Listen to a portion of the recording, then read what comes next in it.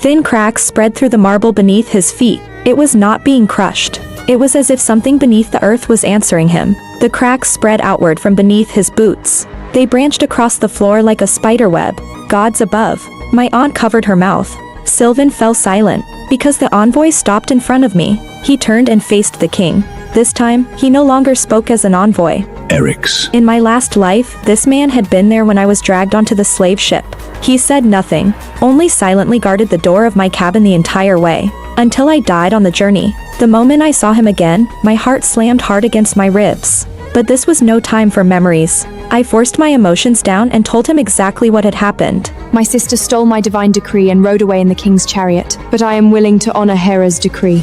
Does your leader still want a bride? Surprise flickered in his eyes. It was not offense. It was surprise at how calm I was. The Wolf Clan does not care for courtly technicalities. His voice was low, like stone scraping over iron. If you board our ship willingly, our chief will honor you as his lawful wife.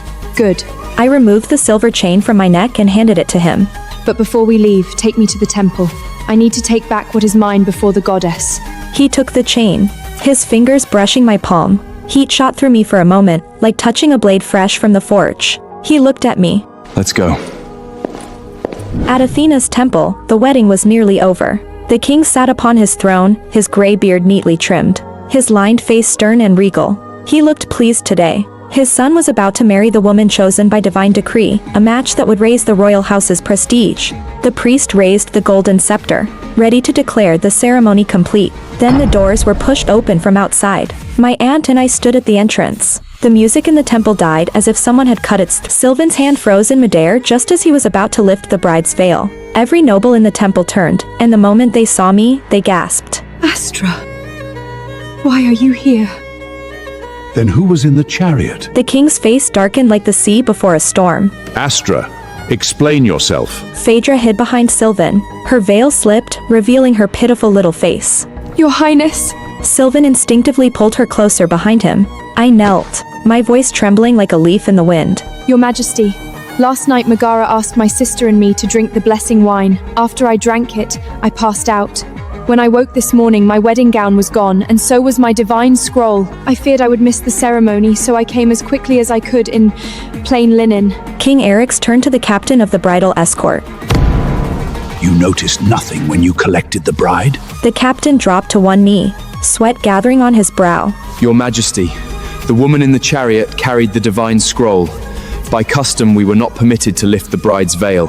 The divine scroll? When I woke, the box that held it was gone. The king's gaze rested on Phaedra for 2 long seconds. Phaedra dropped to her knees, tears spilling down her cheeks at once. My sister kept saying last night that she didn't want to marry. She drank too much, and this morning, no matter how hard we tried, she would not wake up. The royal escort was already at the gate. I had no choice but to take her place. She looked so innocent. I frowned. Phaedra, isn't that the other way around?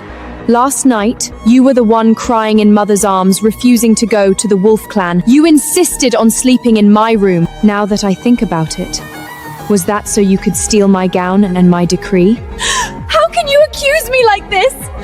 I only planned to switch back with you later and protect your reputation. It was my fault. You can punish me however you want, but please don't say I stole from you. Sylvan immediately pulled her into his arms and looked at me coldly. Astra, if you didn't want to marry me, why come here and make a scene? Phaedra helped you, and instead of thanking her, you accuse her? Today, I recognize only Phaedra as my wife.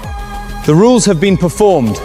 The goddess has witnessed it. I watched them quietly. They had done the same thing in my last life. One played the victim, the other played the righteous hero, and together they placed the charge of blasphemy on my head, as if they were the ones with no choice. They climbed over my body and still pretended their hands were clean. But life does not work that way. I let out a soft sigh. So you truly did all of this for me? Phaedra raised her tearful eyes. How could you say that? We are family. How could I watch you marry a man you did not love and suffer for the rest of your life? Sylvan is brave, noble, and everything any woman could dream of. I only did not want to disappoint Sylvan or shame the temple. Sylvan melted under her gaze and held her even tighter. The look he gave me grew colder. Whispers spread through the crowd. Their stares cut into me like knives. Slowly, I took a small ebony box from my sleeve.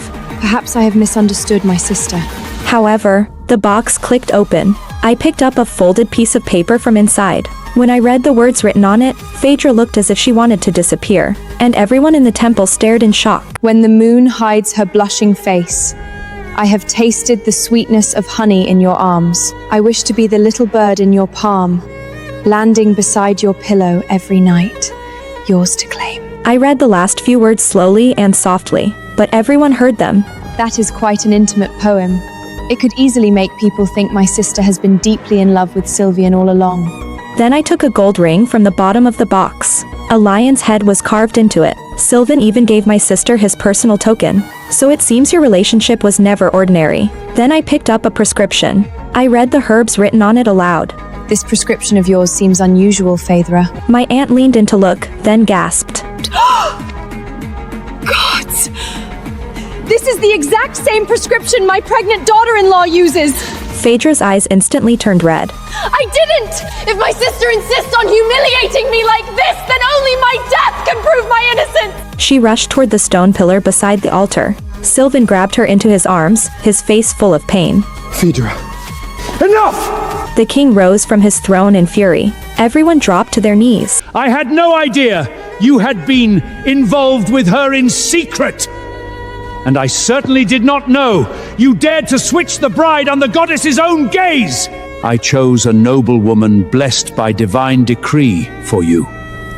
And this is what you do?